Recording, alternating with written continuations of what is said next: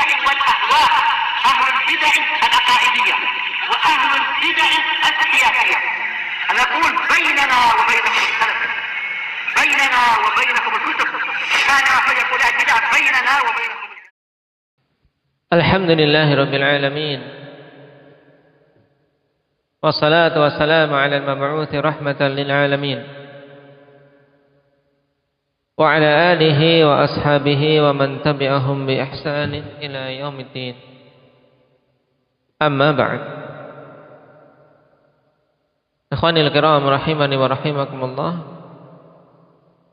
kita masih pada pembahasan seputar keutamaan-keutamaan sebagian sahabat.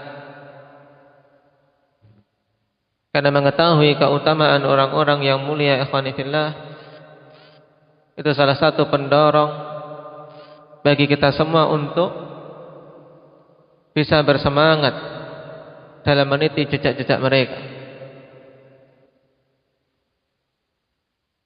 Ketika mereka mendapatkan kemuliaan di sisi Allah dan ketinggian derajat di surga, tentunya bagi orang-orang yang memiliki cita-cita yang besar, berusaha untuk mencontoh mereka.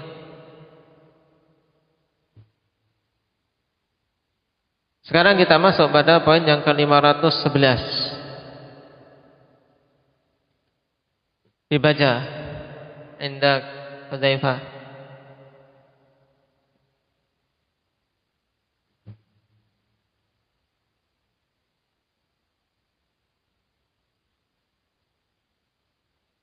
Saya terjemahkan.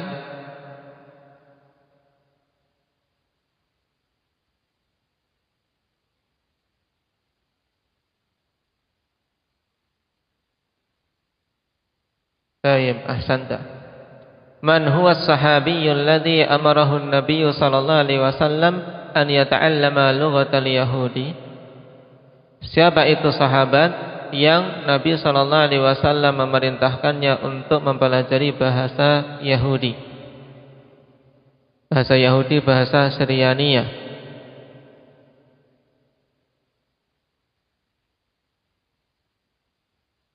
Dan tentunya Nabi sallallahu alaihi wasallam ketika memerintahkan hal ini untuk suatu kemaslahatan bagi kaum mukminin dan masalah untuk dakwah juga bagi Islam agar tidak dikhianati oleh mereka. Karena orang-orang Yahudi dikenal dengan khianat dan hasad, sebagaimana disebutkan dalam sebagian riwayat yang nanti akan kita baca. Alasan Nabi SAW memerintahkan sahabat ini. Nah, sekarang siapa sahabat yang diperintahkan Nabi untuk mempelajari bahasa Yahudi? Wal jawab Zaid bin Thabit radhiyallahu anhu. Beliau adalah Zaid bin Thabit. Beliau dari kaum Aus atau Khazraj. Indak ya Nafi'. Zaid bin Thabit dari Aus atau Khazraj. Kemarin jelas kaum Khazraj berbangga-bangga dengan adanya tokoh-tokoh yang mahir dalam Al-Quran. Di antaranya siapa? Zaid bin Thabit ini. Sehingga jelas beliau dari Khazraj.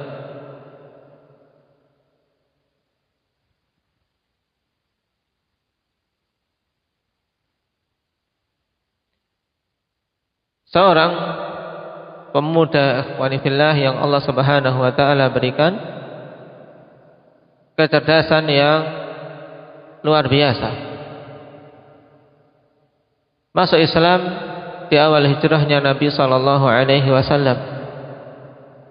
Yang saat itu beliau masih berumur 11 tahun.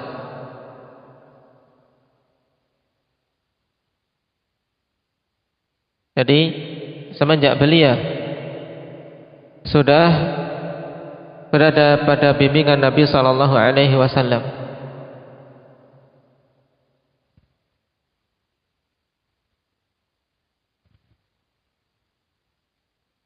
Qala wa ta'allamaha fi 17 yauman. Dan Zaid bin Thabit ini mempelajari bahasa Yahudi ini juga khat, ya cara penulisannya, ya khat al-Yahud, selama 17 hari. Subhanallah. Nah, tulisan beserta bahasanya secara sempurna beliau menguasai dalam waktu setengah bulan ini. Cuman 17 hari. Ini menunjukkan kecerdasan yang luar biasa yang Allah Subhanahu wa taala berikan kepada Zaid bin Thabit radhiyallahu anhu. Wa dalilu haditsu Zaid bin Thabit radhiyallahu anhu qala li Rasulullah sallallahu alaihi wasallam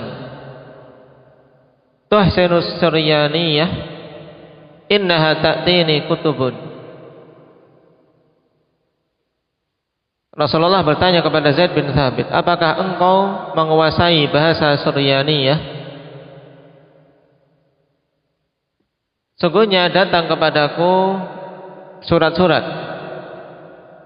Dan Rasulullah sallallahu alaihi wasallam tidak merasa aman dari kedustaan dan khianatnya orang-orang Yahudi. Maka dalam sebagian riwayat, fa inni la amanuhum. Sungguhnya aku tidaklah aman. Tidak merasa aman dari orang-orang Yahudi yang mereka suka membolak-balikkan fakta dan suka berkhianat. Qala qultu la. Maka Zaid bin Thabit mengatakan tidak. Qala fata'allamha. Maka jika demikian, pelajarilah. Ta'allamha, perintah dari Nabi sallallahu alaihi wasallam. Qala fata'allamtuha fi 17 yauman. Maka aku pun mempelajari bahasa tersebut dan penulisannya selama 17 hari. Dan beliau menguasai dalam waktu yang singkat tersebut.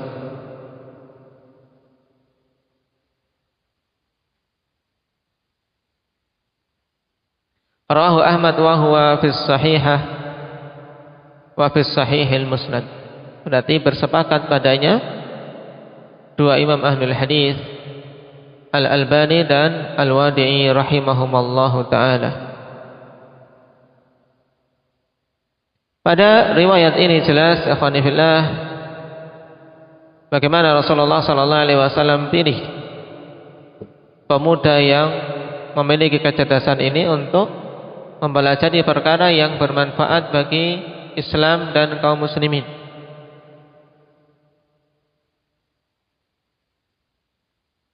Dikarenakan adanya suatu kebutuhan dan kekhawatiran adanya dharar ketika tidak ada seorang pun dari kaum muslimin yang mengilmuinya. Sebab datang surat-surat, demikian pula kitab dari orang-orang Yahudi ketika tidak ada yang mampu membacanya dan sandarkan kepada bacaan orang-orang Yahudi, khawatir mereka melakukan penipuan. Sebagaimana kisah yang masyhur tentang apa? Kisah hukum rajam.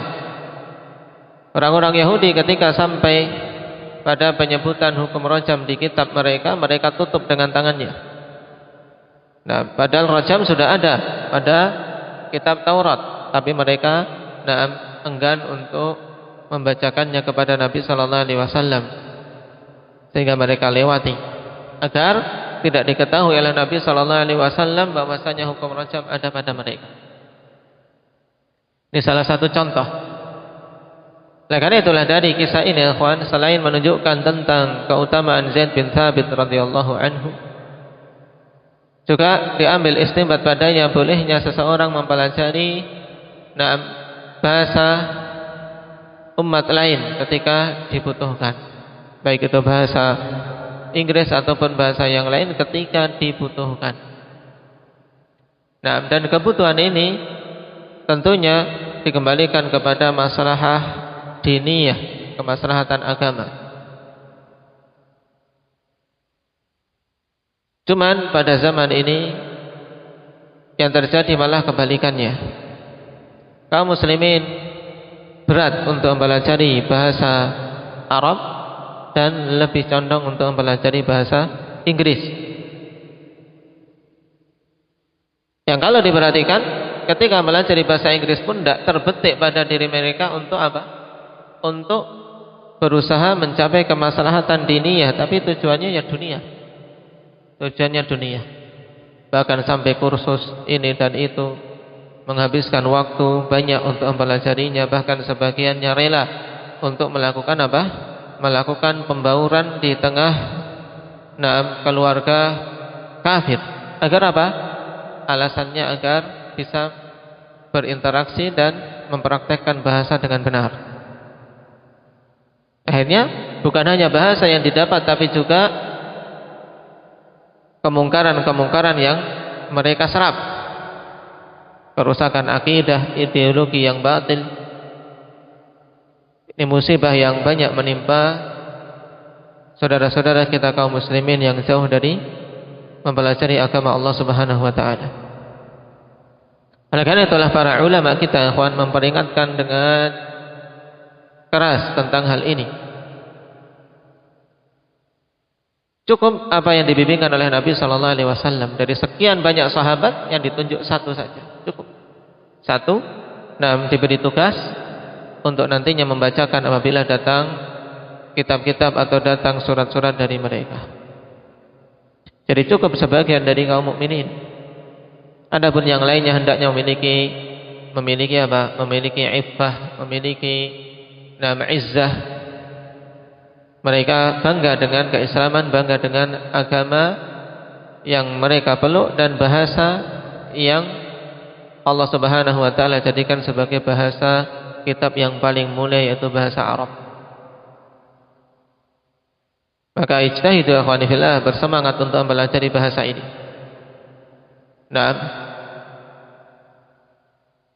Bahasa yang paling mulia yang Allah Subhanahu wa taala pilih untuk menjadi bahasa kitab yang paling agung.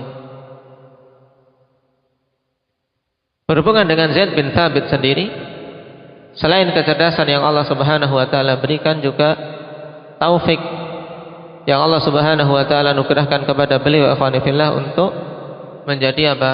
Menjadi ahlul Quran, menjadi pengemban Al-Quran. Bahkan belajar darinya para a'immatul qurra seperti Abdullah bin Abbas. Abdullah bin Abbas mengambil dari Zaid bin Thabit. Demikian pula Abu Abdurrahman As-Sulami mengambil Al-Quran dari Zaid bin Thabit radhiyallahu anhu.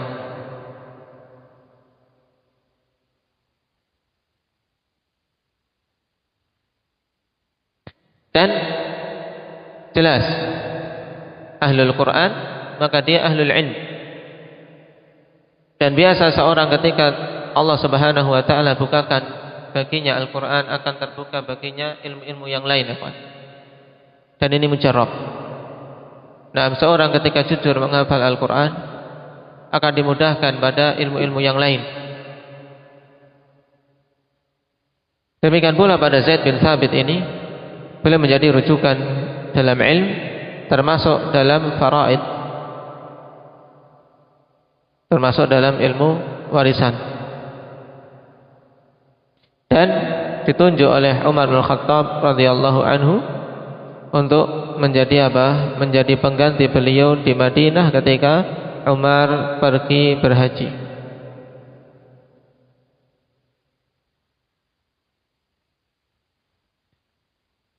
Dan mufti bagi penduduk Madinah radhiyallahu anhu.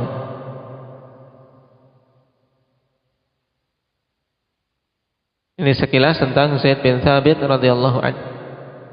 Yang tadi kapan beliau masuk Islam, kemudian menuntut ilmu di sisi Rasul sallallahu alaihi wasallam. Indah Abdurrahman ketika berumur 11 tahun. Antum umur berapa? 14 tahun. Ketinggalan berapa tahun? Ketinggalan 3 tahun, maka dikejar ya. Baik. Allah yu'inuna fi fahmi kitabihi wa dinih. Walhamdulillahirabbil alamin.